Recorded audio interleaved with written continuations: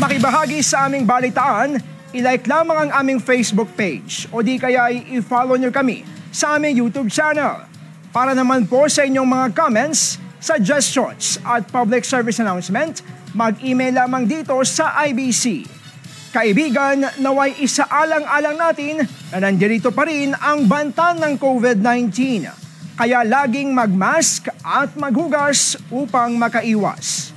At yan ang mga makabuluhang balitang aming nagkalap. Muli po kaming magbabalik bukas. Maraming salamat, Pilipinas.